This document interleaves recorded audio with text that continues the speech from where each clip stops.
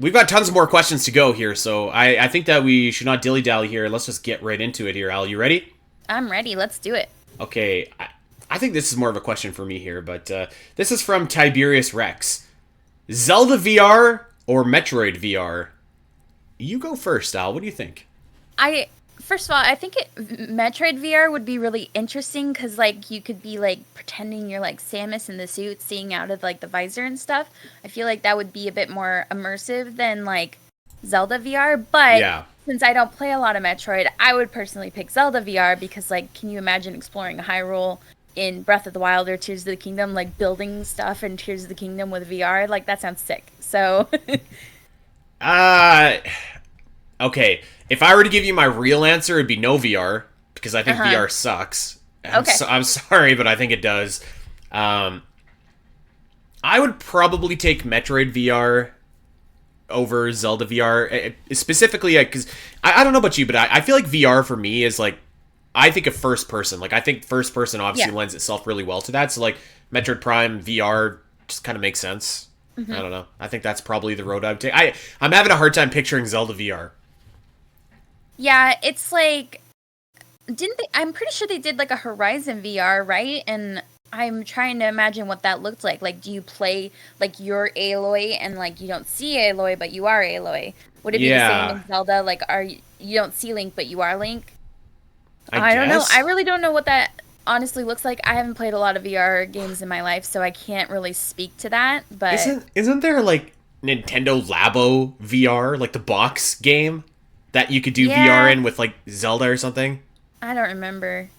I don't know. Did you see, by the way, as we're recording this, Summer Games Fest is happened this weekend. I didn't see almost a single game that looked good to me. Actually, speaking of VR, there was a new Batman Arkham game, and everyone was like, yeah! And then they were like, it's VR, and they were like, ah. Oh. But there is a Lego Horizon game coming out. I did see that. That looks good. It looks like something.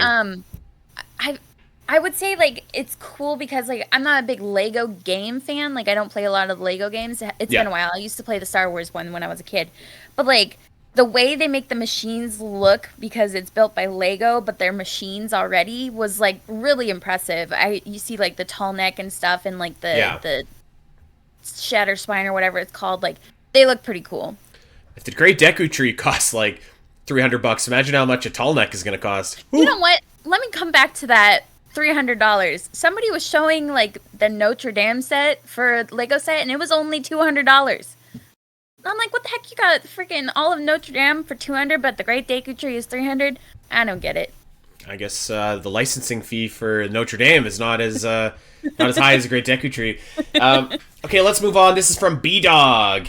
Andy, would you rather have all following Legend of Zelda character designs be in Twilight Princess style, or have all following games follow a similar format to Breath of the Wild, uncovering mysteries, repetitive dungeons, etc.? Ooh. I think I choose to defy my fate and fight the gods. But what does that even mean? I choose neither. I reject both. Oh, okay. I'd probably, if I have to, I'd settle with Twilight Princess art style, I think. Okay, but now that I say that, though, it's not just art style; it's character designs. I feel like that's different because I could handle the Twilight Princess art style. Character designs, though, they're not great. They're so flat, so cubey, so weird. Yeah, no, I'd rather do the format for Breath of the Wild. Yeah, but like those dungeons, man, like they're. Zelda was built on great dungeons, and they don't have great dungeons in Breath of the Wild. There's some dungeons in Tears of the Kingdom that are really good. They can make them great dungeons, like, it would just be the same format. So, like, think you could still have the final Divine Beast from Breath of the Wild, but it would just be the same format forever. I kind of feel like you can have a great dungeon, but like as long as it's stuck to that format, it's never going to be like an absolutely all-timer. You know what? Like Arbiter's Grounds, that's an all-timer. I think as long as you're just like, you know, hitting the switches in 5 different spots around the dungeon, you're not going to get to that all-timer level, you know? This is tough. Like, I don't I'm like tempted to the agree with you, character actually. design though. Yeah, I'm tempted to switch over because like that's rough. That's a rough. I'm thinking of like the clowns and the postman, just looking at their faces for the rest of my life. Well, and the thing is too is like as we get to the Switch 2 and you get better, graphics and what have you, like those characters are just gonna look more real and yet more worse somehow. I think I'm gonna stick with that though. I can't do. I don't know if I can do the dungeons. I don't know if I can. Okay. That's a tough one though. Holy moly. Another one from B-Dog here. Would you rather have a new Legend of Zelda game that canonically dismisses Ocarina of Time, as in says it was a dream or that it never happened, the like, or get a third installment in the Breath of the Wild Tears of the Kingdom games? Well, first of all, let me say this. I don't care if a game dismisses Ocarina of Time. Like, I was about to say the same thing. It doesn't matter to me. Like, They can say whatever they... I mean, they pretty much just did that with Majora's Mask, right? They said it was all a dream. Yeah. Essentially, for, like, Skull Kid, it was a figment of his imagination. Mm-hmm. But if you consider, like, what the material is in that game, I feel like that actually makes sense. For Ocarina of Time, though, that feels like that wouldn't make sense at all. But even still, I wouldn't care. I wouldn't care either. No. I think a lot of people nowadays, like, when it comes to what creators think is canon or not, a lot of people that enjoy the material are like, I don't really care anymore. It's canon to me. They make up their own canons in their head anyways, like I do for a lot of things. So I think it doesn't really matter at that point. No, not really. Like, you could say it was a dream. It's not going to stop Ocarina of Time from being the greatest game ever made. Like, it's just, it is what it is. I wouldn't love a third installment of Breath of the Wild, Tears of the Kingdom, but I mean, like, I wouldn't turn my nose up at it either, I'd be pretty salty. I mean, I would too, certainly. And like, the question is generic enough that we could maybe let it get by. Because, like, if it was a new world, like, okay, I'll take that. If it's the third installment in the same Hyrule with the depths and the skies, and maybe they've added the ocean or something like that, like, no way. No way. No way. I'll take the new game, and it can piss all over Ocarina of Time. Like, I don't care. Koroks. Yeah. Yeah. Okay. Well, we actually just did something similar to this question. This is from Frandon Brazier. Would you rather every future Zelda game have all dungeons similar to the Divine Beasts, 5 points of interest, find them, interact with them, or have every future Zelda game take place in the same world of Breath of the Wild's Hyrule? Twists like Tears of the Kingdom, or Dark Worlds, or past instances of the map remakes are allowed. So, the same world, but maybe with some variants there. Like we said, maybe you explore in the water, maybe there's more to the depths, or all dungeons are similar to the Divine Beasts.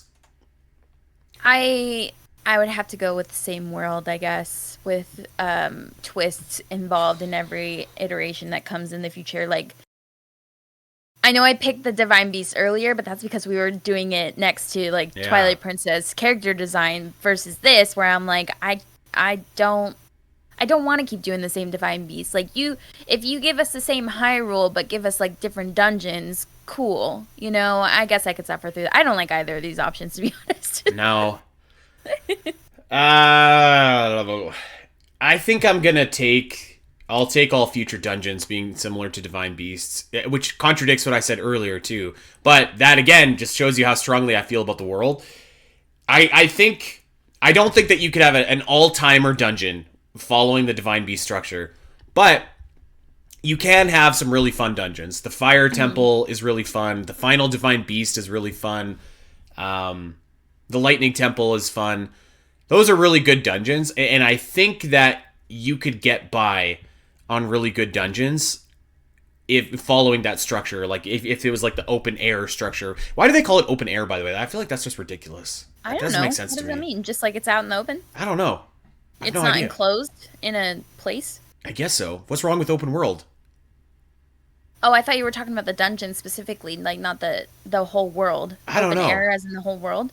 I don't know. I think they... I don't know. I don't know. Anyways, so... We don't play games. It's fine. So, yeah, like, That's not a great option. Like either one of them aren't great options, but I'll take the dungeons. I'll take the dungeons. This is from our pal Judy Calder. Not Judy, Judy Cooper. Excuse me now. Would you rather play Breath of the Wild or Tears of the Kingdom? Tears of the Kingdom. I don't know. I guess Tears of the Kingdom because it's basically Breath of the Wild on steroids, but yeah, I don't know. I can't imagine getting into a place now and not using Ascension. I can't imagine not building my little motorbike to hover around.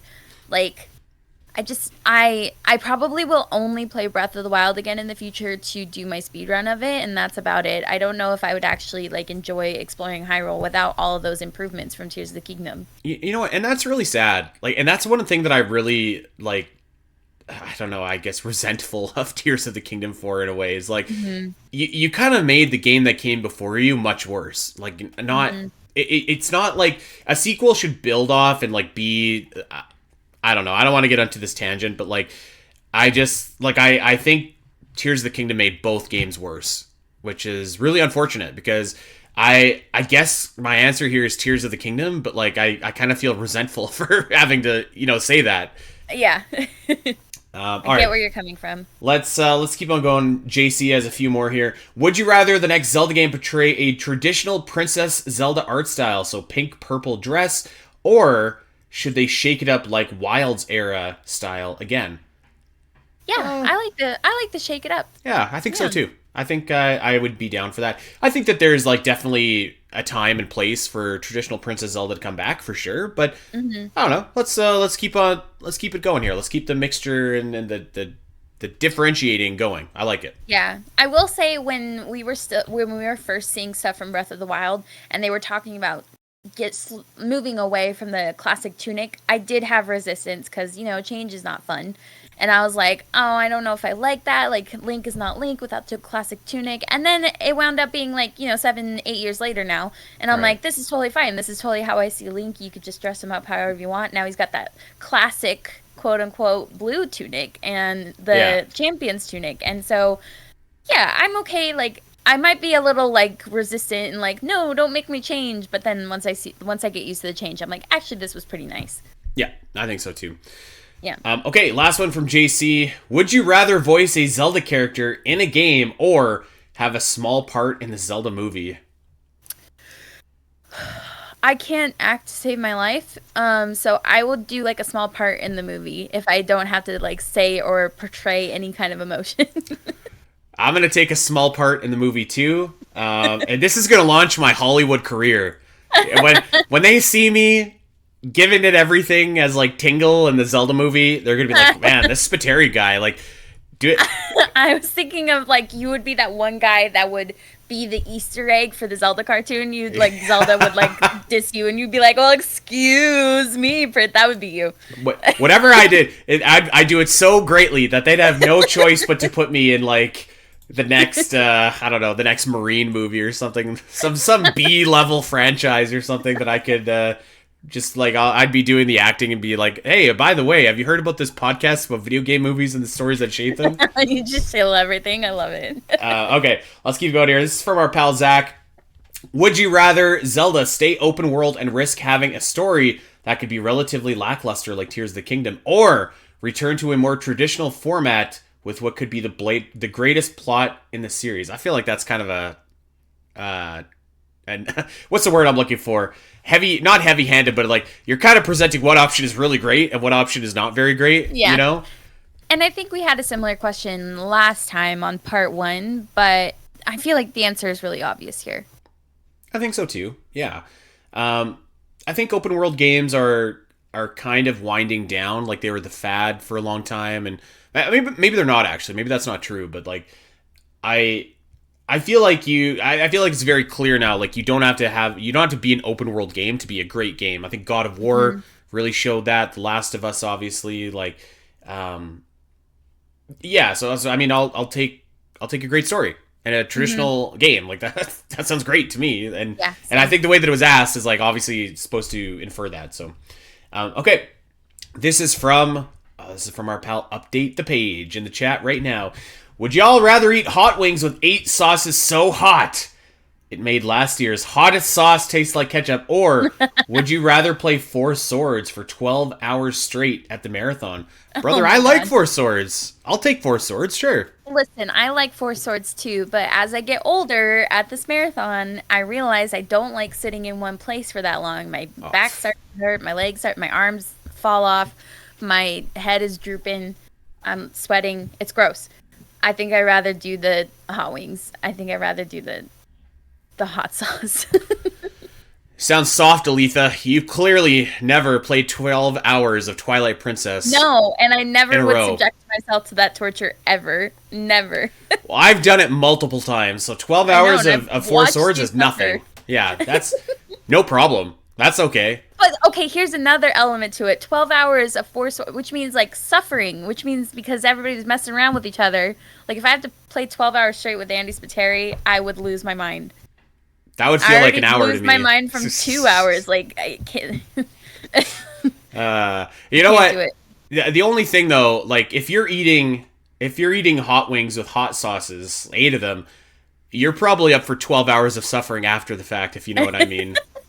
No amount of Pepto-Bismol is going to help you there. Our last hot wing, we did that. We put all the hot sauces on it. And it was bad, but it wasn't that horrible.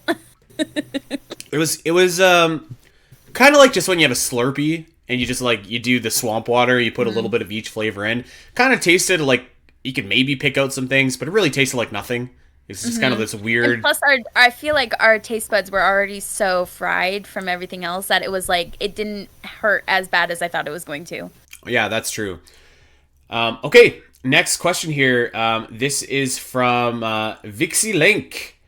And our question is, would you rather see the return of the Iron Boots or of the Hover Boots? What do you think? I would take the Hover Boots, probably, just because we know what the Iron Boots can do. They're going to get you down in water. You're going to sink to the ground. You're going to be able to traverse underwater. That's cool. And I think that's a fine... Like, we know what that is, but I don't think we know what the Hover Boots could be in a new game. Like a new 3D game, like what could they be used for? Like obviously hovering, but like what kind of different instances, what kind of world? So I think the Hover Boots, and actually the Hover Boots would have been cool in like Tears of the Kingdom and with like all the Sky Islands and stuff like that. Like that would have been pretty sweet. So yeah, let's take that. I think I would take the Hover Boots too. I think the Iron Boots are fine, but like what use for them? Like there's not like a lot of puzzles that you could do with the Iron Boots because you just know you need the Iron Boots to sit on a switch or to the ground basically in water. But like Hover Boots, there might be some creative things to do, like in the sky, like you were saying with Tears. I'm sure there would have been lots of creative puzzles for Hover Boots up there. Yeah, totally. So, and it's been a while since the Hover Boots have shown their face. So that'd be cool. A couple questions here from Count Blazemore. Would you rather fuse every Kinstone or find every Korok seed? Let me answer your question with a question. Which one of these do you think I've already done, and which one of these do you think I haven't done? Oh, okay. I feel like this is a hard question because, like, Kinstones, there's not nearly as many as Korok seeds, but some of the Kinstones, like, you have to find specifically. Like, some of them are kind of actual specific, right? They're not all random. Yeah. I can't remember because it's been a while since I did Kinstones. No, they are like there's some Kinstones that you'll have to find. You know, you'll have to chop down some bushes or whatever, get the right shape, the right color, etc. I'll choose Kinstones every single time, twice on Sunday. Yeah, I feel like I would choose Kinstones in this scenario, but like, what would have been maybe a more rough question was like, would you rather get all the ship pieces from Phantom Hourglass or do all the Korok seeds? That's a spicy meatball. Should we pull an audible? Let's change that question to that because I don't know, because like I think everyone's gonna take Kinstones over Korok seeds. Like yes, like but ship parts. I Oh, don't know if it's even possible now. Like, if it's even possible to do the ship parts. well, let's just nowadays. assume that it is, or Okay, let's I would assume still that you do. get as much as you. I'm gonna take Korok seeds. I'm gonna take Korok seeds because Korok seeds are definite, whereas ship parts are RNG. It's Yeah. rough. Yeah, that is an arduous task, to put it lightly. All right, next one from Count Blazemore. Would you rather go on a family vacation with the Carpenter boss from Ocarina of Time's family, or the old Wayfarer from the Phantom Hourglass's family? I don't remember the old Wayfarer, if I'm being completely honest. I don't know who the old Wayfarer is either, and I've played Phantom Hourglass multiple times. I've never like played it casually though. I guess I've always played it as a speedrun, so I'm Right. not sure. So with the Carpenter boss, are you just doing the whole Carpenter boss's family? Like his son, who's kind of depresso espresso too? Yeah, I guess so. And he's gonna have his little blue chicken. Yeah, Probably gonna be I'll take annoying. that guy. He looks like he could use a friend. Sure. Oh, yeah. That's Yeah. a good point. Okay, so the old Wayfarer from Phantom Hourglass is he resides at a small house on Bannon Island, and he is the writer of the Wayfarer's Words, found on islands across the Great Ocean here. So you probably can't see this, Al, but this is what our dude looks like right here. Oh, okay, yeah, I see him. He looks nice enough. Yeah. I'm gonna pull an audible here. We got a great would you rather in the chat here from our buddy Stelnox. Andy, would you rather sit through a Twilight Princess or an Other M playthrough? Sit through as in play it? Because I think if we're talking playing, I'm tempted to take Other M because I can beat it much faster.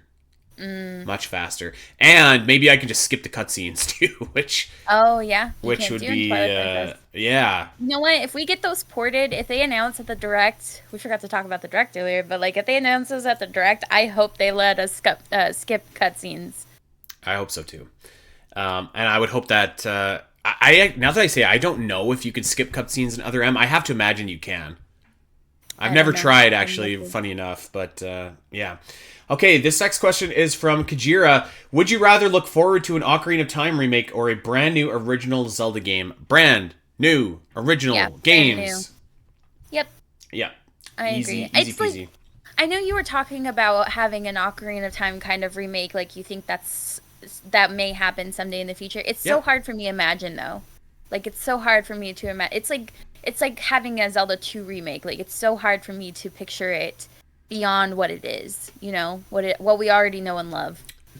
Just wait. That's coming up.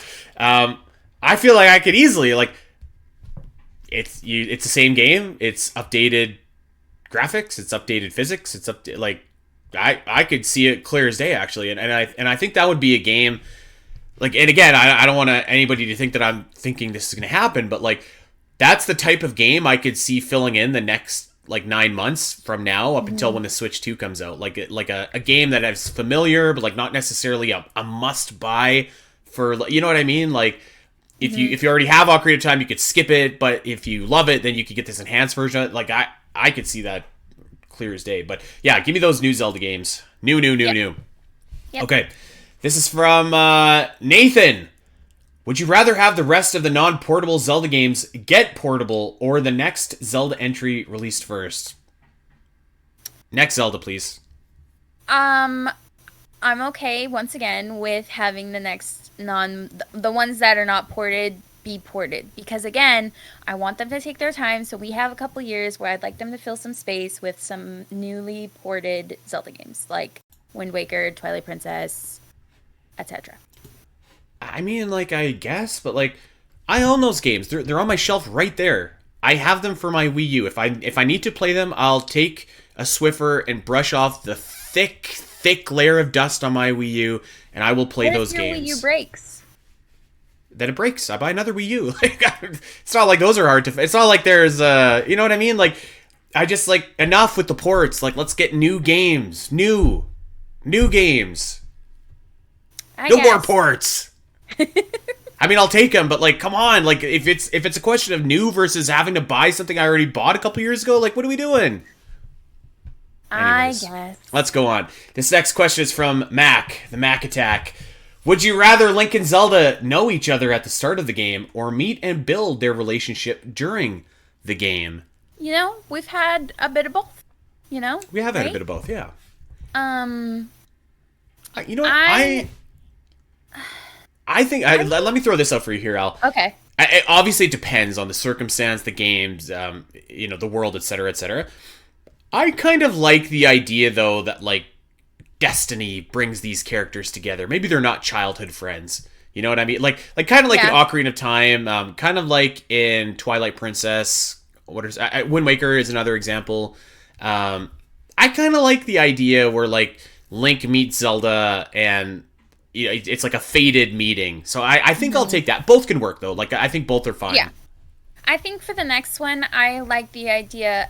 You know what? I've always really liked this idea, this like plan I have in my head, and if only Nintendo could just like read my mind and do it.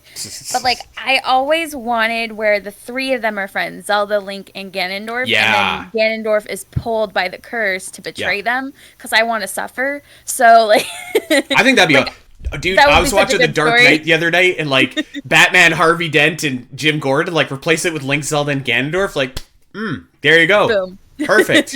I love it. Yeah, I love that. So if that is included, I would like them to know each other starting off. Yeah, I think that's a great idea. So both are fine. Like, Skyward Sword, I think, did the best job of the version where they know each other. Minish but Cap like, does a really good job too. Zelda and Link knowing each other. Yeah. Yeah. It does. I think that's, like, Skyward Sword is, like, definitely, and I guess you could kind of say Breath of the Wild, they know each other. They're not childhood friends, but they know each other before the game starts. Ish. That was kind of right in the middle, actually. Hey everyone! If you enjoyed this clip and want to see more of the Zelda Cast, make sure to head over to your favorite podcast platform of choice and subscribe. There are over 200 episodes in the vault that will provide you with hundreds of hours of Zelda content for you to enjoy. You can listen to us when you're on a walk, fighting Ganon, trying to sleep, whatever. And if you want to see these shows as they happen, make sure to head over to twitch.tv/the Zelda Cast, where you can watch our beautiful faces talk about Zelda every single week. Don't miss out, and we'll see you next time.